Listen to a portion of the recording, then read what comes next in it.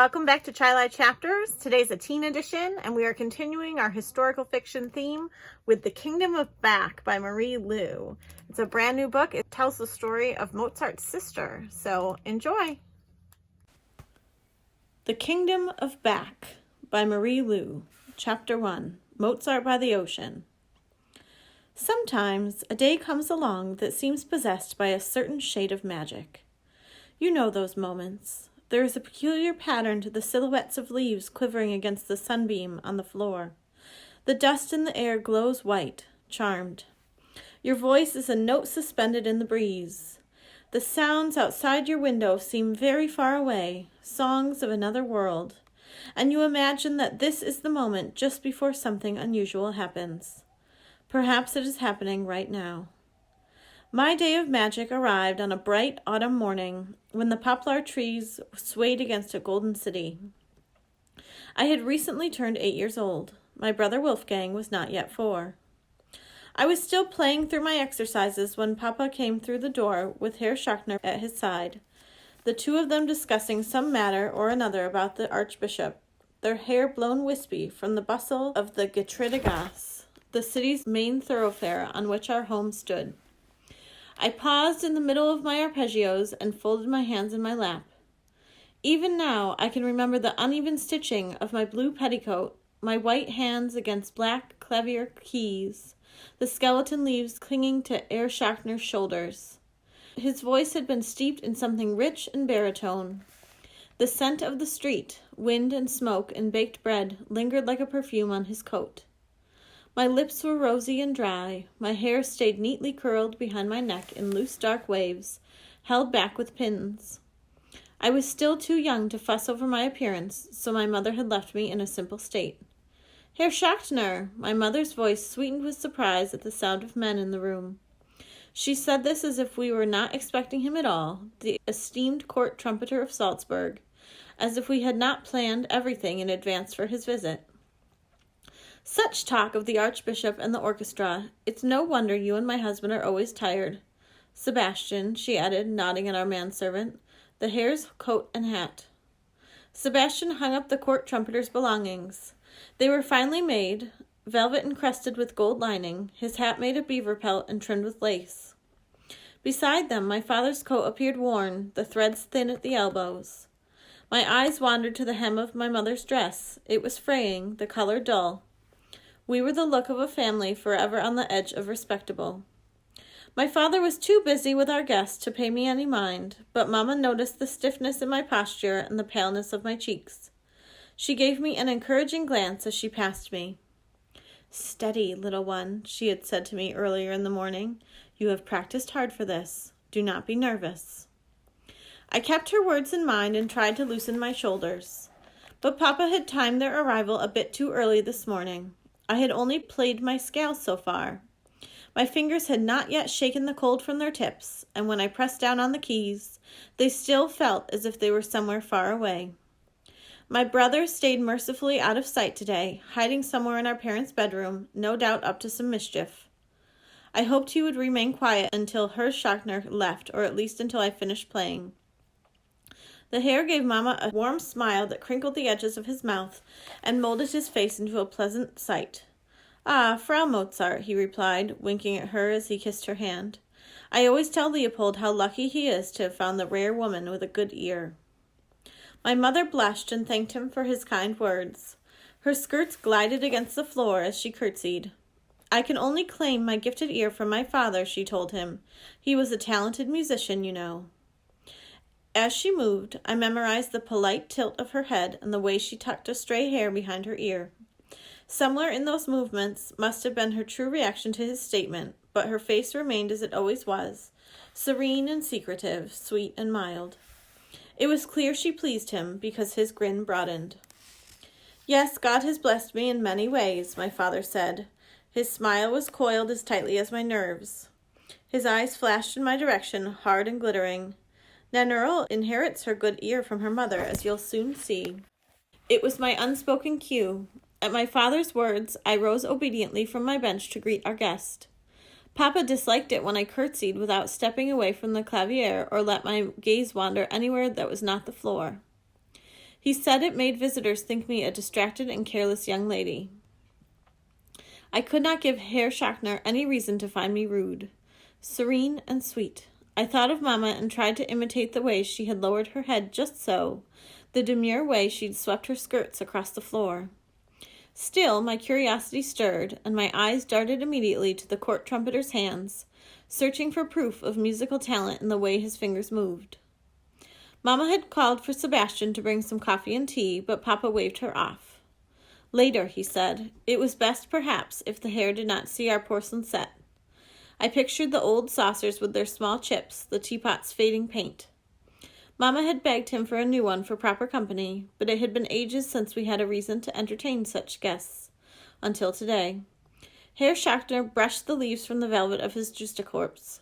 Thank you, Frau Mozart, but I will not stay long. I am here to listen to your lovely daughter's progress on the clavier. Johann followed me home after I mentioned Nannerl's talents. My father patted Herr Schachner's shoulder. He could not help himself. What luck, Mamma said. She arched a brow at me. You are just in time, then. Nannerl happens to be in the middle of practicing. My hands trembled, and I pressed them together harder, trying to warm them. Today would be the first time I ever performed for an audience. My father had sat at the clavier with me for weeks as we prepared, studying my technique, slapping my wrists when I erred. Music is the sound of God, Nannerl, he would say. If given the talent, it means God has chosen you as an ambassador for his voice. Your music will be as if God has given you eternal life. My father, God, there was little difference between them to me. A frown from Papa might as well have been a frown from heaven for what it did to my mood. Every night I'd go to bed hearing the way my hands would move across the keys, the notes crisp in their perfection. I dreamed of how the Herr would stand, clapping heartily, and how my father would sit back in his chair with a satisfied smile. I'd imagine the Herr demanding I play before a wider audience, my father making the arrangements, coins filling our family's coffers, and the strain easing from his eyes. That was the reason behind everything this morning. Children my age, Papa said, could not play the clavier with the skill that I did. I was the miracle, chosen by a divine hand, destined to be noticed.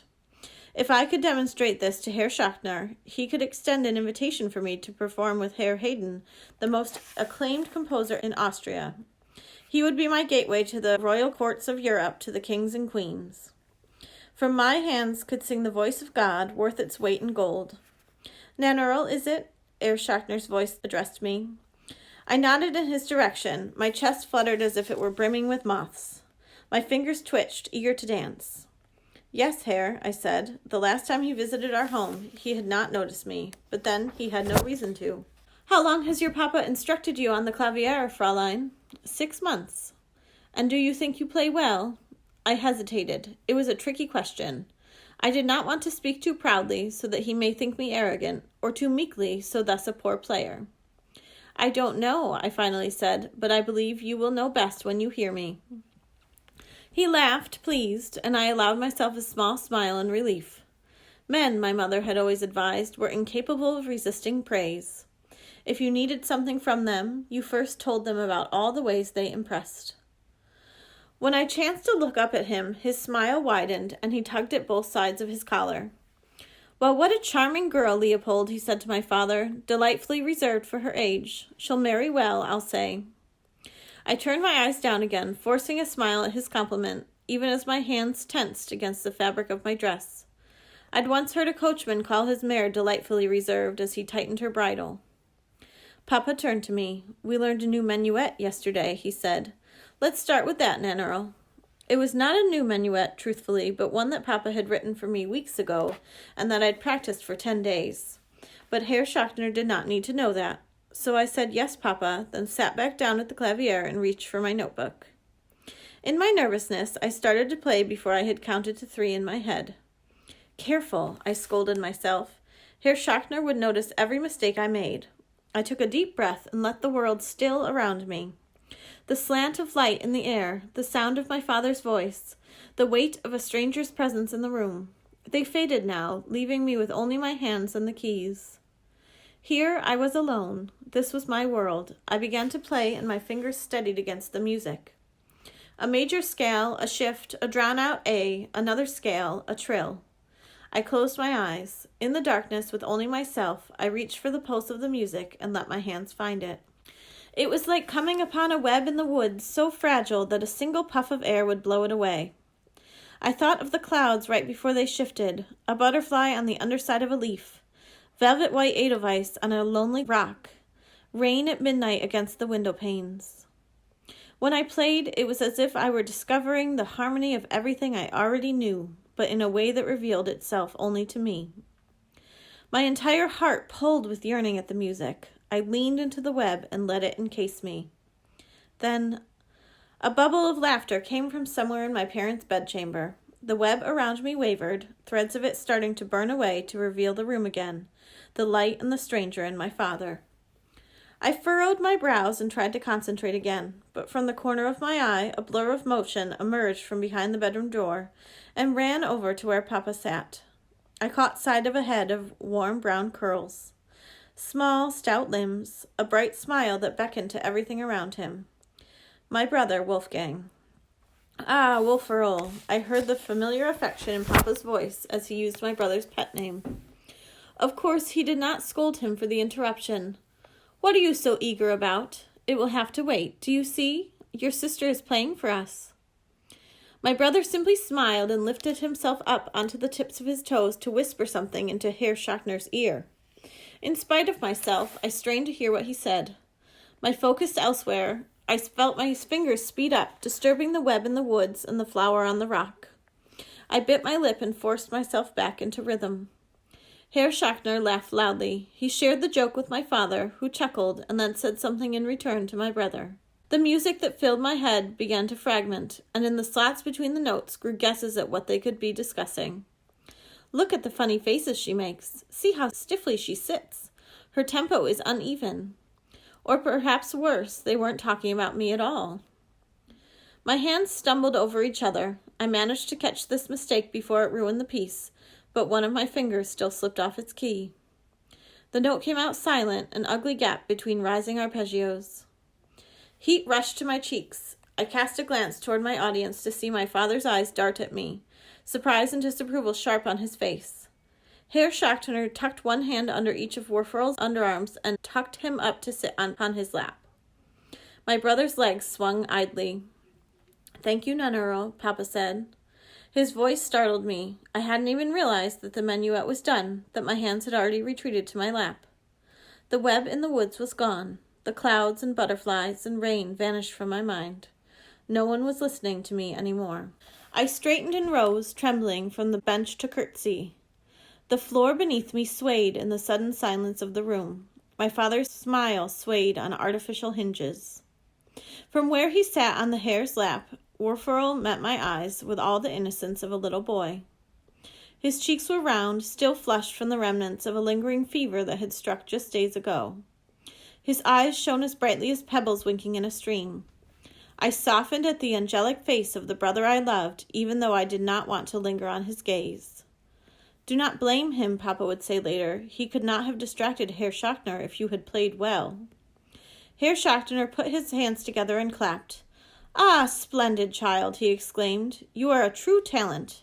He turned to my father. You are absolutely right, Leopold. She plays such smooth measures and with such control. I've no doubt she will perform for royalty when she is older. My father thanked him politely at those words, but I could see the strain in his pride, the disappointment in his expression. Herr Schachner was supposed to say more. He was supposed to be astounded. He should have extended an invitation to us, arranged for me to perform before Herr Haydn and Austria's other masters of music, offered to introduce me to his friends at court, suggested a grand tour to showcase me across all Europe. Just think of the Italians, he should have said, a prodigy hailing from the Rome of the North, worthy of Rome herself. But instead, what he said was, when she is older. I was not the miracle destined to be noticed. Already the Herr had moved on to telling my father a story about an argument between the orchestra's horns, my brother still bouncing on his knee. My performance was thoroughly forgotten. 6 weeks I'd prepare for this. I felt the numb tingle return to my fingertips, and the shame of the note I'd let slip spilling out onto my cheeks. I never let notes slip.